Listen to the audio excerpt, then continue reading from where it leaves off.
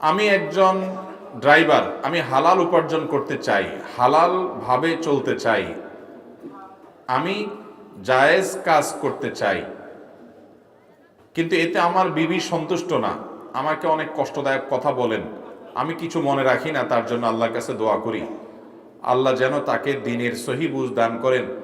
এখন সে গার্মেন্টসে চাকরি করতে চায়, আমি তাকে নিষেধ করি 5 ওয়াক্ত নামাজ পড়ো, পর্দা করো, আল্লাহর ভয় করো, আল্লাহর উপর সন্তুষ্ট থাকো, সে বলে তোমার নামাজ তুমি পড়ো, এখন আমি কি করব? আহা, কত কপাল পড়া মহিলা। আমাদের সমাজে অনেক বোনদের প্রশ্ন পড়ি আমরা, যে বোনরা বলে যে তারা হক হালালে চলতে চায়, পর্দার সাথে চলতে চায়, অমানুষ স্বামীরা বরং বাধা দেয়। আবার এখানে দেখা যাচ্ছে এর বিপরীতও আছে সমাজে। এই ভাই বলতেছেন যে তিনি হক হালালে চলতে চান, কিন্তু তার স্ত্রী তাকে বাধা দেন। দেখুন, দিনের উপরে চলতে হলে পুরো ফ্যামিলিটা দিনদার না হলে দিনদারের উপরে টিকে থাকা অত্যন্ত কঠিন, অত্যন্ত কঠিন, প্রায় অসম্ভবের মতো কঠিন। কারণ সব দিক থেকে শুধু টেনে ধরে বাধা দেয়।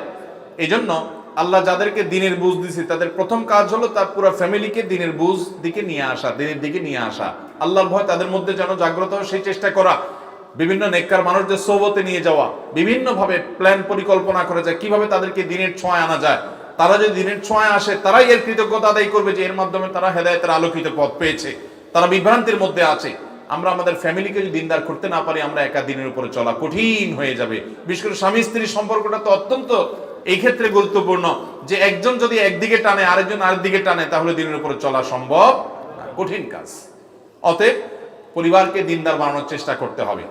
এরপরও যদি কোনো পরিবার দিনদার হওয়ার কোনো সম্ভাবনা না থাকে, তাহলে এই অজুহাতে সরাসরি স্বামী তার স্ত্রীকে, স্ত্রী স্বামীকে, একে অন্যকে তালাক বা বিচ্ছেদের উদ্যোগ তারা গ্রহণ করবে না, বরং ওলামাদের সাথে পরামর্শ করবে, দেখবে, সময় নেবে, পারিপার্শ্বিক অবস্থা বিবেচনা করবে।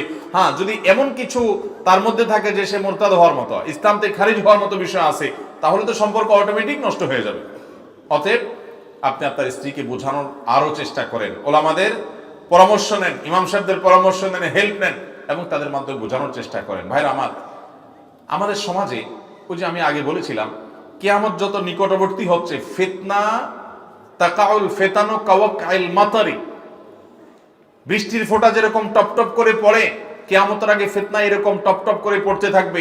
এত ফিতনা চতুর্দিকে হয়ে গেছে, খারাপ হওয়া সোজা, ভালো হওয়া সহজ না। ঠিক না ঠিক? একজন দোকানদার হালাল পথে ব্যবসা করবেন, সত্য কথা বলবেন, উপায় নাই, কারণ সব আসলে সব মিথ্যুক, একা ভালো হতে টিকতে পারে না। ঠিক না ঠিক?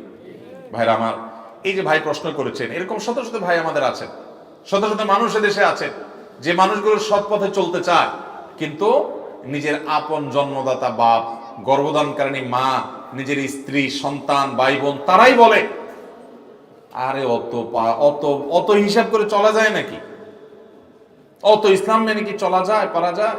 বাধা দেয় কি দেয় না? ভাইরা আমার, সন্তান দিনের পথে চলতে চায়, বাবা বাধা দেয়, স্বামী চলতে চায়, স্ত্রী বাধা দেয়। এই কারণে পারিবারিক ভাবে দিনের বুঝ নাই। মনে রাখবেন, আপনার স্ত্রীর কারণে, আপনার বাবার কারণে, সন্তানের কারণে মানুষের দিকে তাকায় যদি আপনি অন্যায় উপার্জন করেন, হারাম উপার্জন করেন, কিয়ামতের ময়দানে যাদের কারণে করেছেন এরা কি দায়িত্ব নিবে?